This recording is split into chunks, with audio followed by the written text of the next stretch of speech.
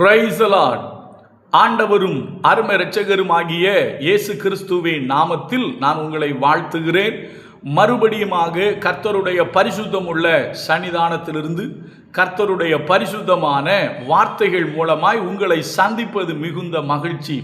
ஆண்டவருடைய பெரிதான கிருபையினால நாம் தொடர்ந்து சத்திய வசனங்களை ஆராய்ந்து அறியும்படி ஆண்டவர் நமக்கு கிருபை பாராட்டி வருகிறார்.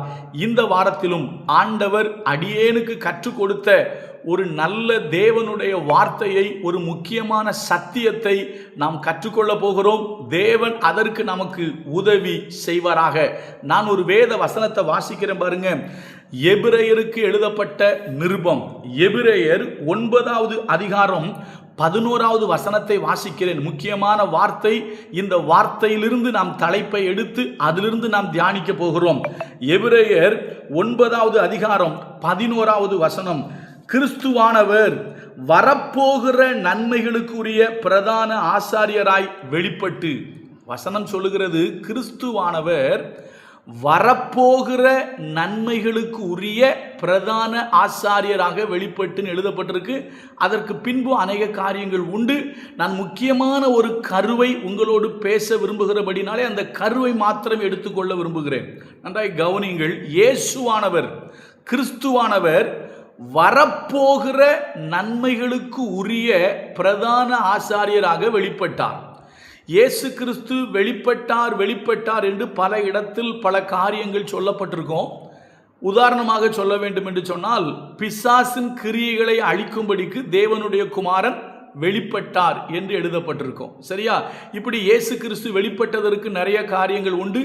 தேவன் மாம்சத்தில் வெளிப்பட்டார் என்று எழுதப்பட்டிருக்கும். சொல்லிக்கொண்டே போகலாம். நன்றாய் கவனியுங்கள்.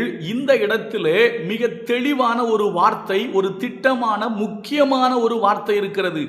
இயேசு கிறிஸ்து என்கிற பிரதான ஆசாரியர் வரப்போகிற நன்மைகளுக்காக வெளிப்பட்டார். நன்றாய் கவனியுங்கள்.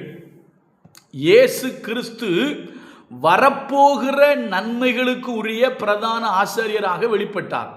கிறிஸ்துவுக்கு முன்பு வரைக்கும் இருந்த பிரதான ஆசாரியர்கள் வரப்போகிற நன்மைகளுக்கு உரியவர்கள் அல்ல.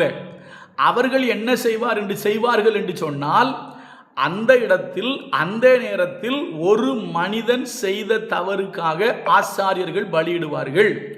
மொத்த ஜனங்களுடைய பாவத்துக்காகவும் தன்னுடைய பாவத்துக்காகவும் பிரதான ஆசாரியன் வருஷத்தில் ஒரு தரம் மகா பரிசுத்த ஸ்தலத்துக்குள் பிரவேசித்து அவர் ரத்தம் தெளித்து பிராயச்சித்தம் செய்து வெளியே வருவார்.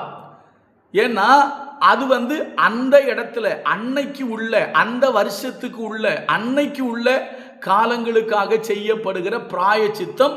அவர்கள் எல்லாருமே வரப்போகிற நன்மைகளுக்குரிய பிரதான ஆசாரியராக யாரும் இருந்தது இல்லை. ஆனால் இயேசு கிறிஸ்துவை வேதம் எப்படி காண்பிக்கிறது என்று சொன்னால், கிறிஸ்துவானவர் வரப்போகிற நன்மைகளுக்கு உரிய பிரதான ஆசாரியராக வெளிப்பட்டார்னு எழுதப்பட்டிருக்கு. அப்போ வரப்போகிற நன்மைகள் என்றால் என்ன? நான் ஒரு 3 காரியத்தை மாத்திரம் உங்களோடு சொல்ல விரும்புகிறேன். முதலாவது ஆவிக்குரிய வரப்போகிற நன்மைகள், 2வது பூமிக்குரிய வரப்போகிற நன்மைகள், 3வது மறுமைக்கு உரிய வரப்போகிற நன்மைகள். இன்றைக்கு இந்த அறிமுக உரையில சில வார்த்தைகளை உங்களோடு சொல்ல விரும்புகிறேன். இன்னொரு வசனத்தை வாசிக்கிற பாருங்க. நியாயப்பிரமாணம் எப்படிப்பட்டதுங்கிறத பத்தி அவர் சொல்றாரு, வித்தியாசப்படுத்தி காண்பிக்கிறாரு. கிறிஸ்து வரப்போகிற நன்மைகளுக்குரிய பிரதான ஆசாரியர். ஆனால் நியாயப்பிரமாணத்தை பற்றி அவர் சொல்றாரு. 10:1 வாசிக்கிறேன். எபிரேயர் 10:1. இப்படி இருக்க நியாயப்பிரமாணமானது வரப்போகிற நன்மைகளின் பொருளாயிராமல், எப்படி? நியாயப்பிரமாணமானது வரப்போகிற நன்மைகளின் பொருளாயிராமல் அவைகளின் நிழலாய் மாத்திரம் இருக்கிறபடியால். அப்போ நியாயப்பிரமாணம் வரப்போகிற நன்மைகளின் பொருள் கிடையாது, நிழல்.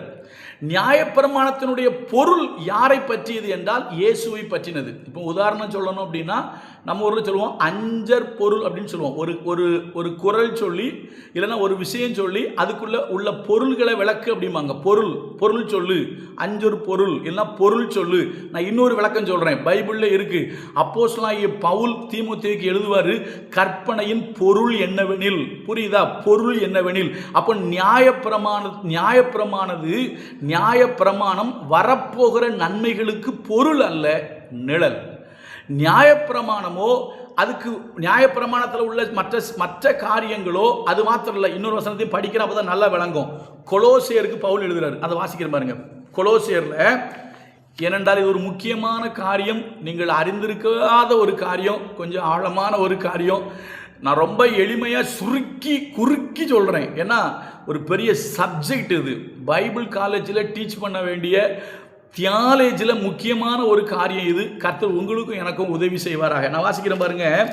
கொலோசியர் 2வது அதிகாரம் 16-17. ஆகையால் போஜனத்தையும் பானத்தையும் குறித்தாவது, பண்டிகை நாளையும் மாத பிறப்பையும் ஓய்வு நாட்களையும் குறித்தாவது ஒருவனும் உங்களை குற்றப்படுத்தாதிருப்பானாக, அவைகள் வருங்காரியங்களுக்கு நிழலாயிருக்கிறது. அப்போ இந்த ஓய்வு நாள், பண்டிகை, பலி, மாத பிறப்பு, இது எல்லாம் என்ன தெரியுமா? வருங்காரியங்களுக்கு நிழல் தான். சரியா? வருங்காரியங்களுக்கு பொருள் கிடையாது. ஆனால் அது கிறிஸ்துவை பற்றின பொருள். எதை பற்றின பொருள்?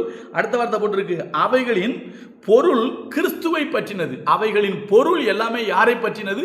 கிறிஸ்துவை பற்றினது. அப்போ நியாயப்பிரமாணம் வரப்போகிற நன்மைகளுக்கு நிழலாய் மாத்திரம்தான் இருக்க தவிர பொருளாக இல்லை.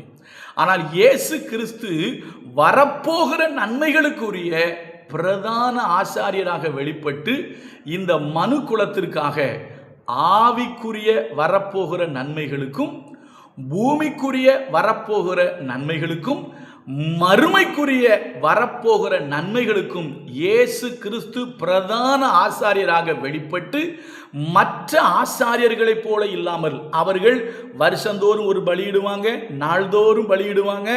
சரிங்களா? அப்படி இல்லாமல் இயேசு கிறிஸ்து ஒரே தரம் தன்னையே பலியாக கொடுத்து அவர்கள் இந்த பூமிக்குரிய கூடாரத்தில் பிரவேசிப்பார்கள். இயேசுவோ மெய்யான கூடாரத்தில், எப்படி? மெய்யான கூடாரத்தில் தேவன் அமர்ந்திருக்கிற அதாவது அந்த மகா பரிசுத்த ஸ்தலத்திற்குள்ள வானங்களின் வழியாக ஏறி சென்று மெய்யான கூடாரத்தின் வழியாக தேவனுடைய சமூகத்தில் பிரத்யட்சமாக இயேசு பிரவேசித்தார்.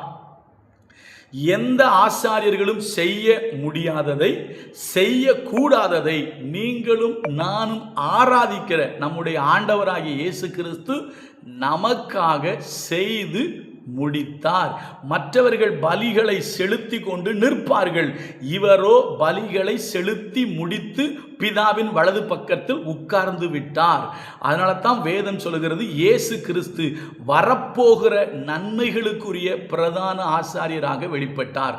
அந்த வசனங்கள்லாம் நீங்கள் தொடர்ந்து படிச்சீங்கன்னா நிறைய வாசிக்கிற மாதிரி இருக்கும். நான் ரொம்ப சுருக்கி பேசிக்கிட்டு இருக்கேன். சரியா? அப்போ நீங்கள் ஒன்றை புரிந்து கொள்ளணும், இயேசு கிறிஸ்து வரப்போகிற நன்மைகளுக்குரிய பிரதான ஆசாரியராக வெளிப்பட்டார். என்னென்ன வரப்போகிற நன்மைகள்?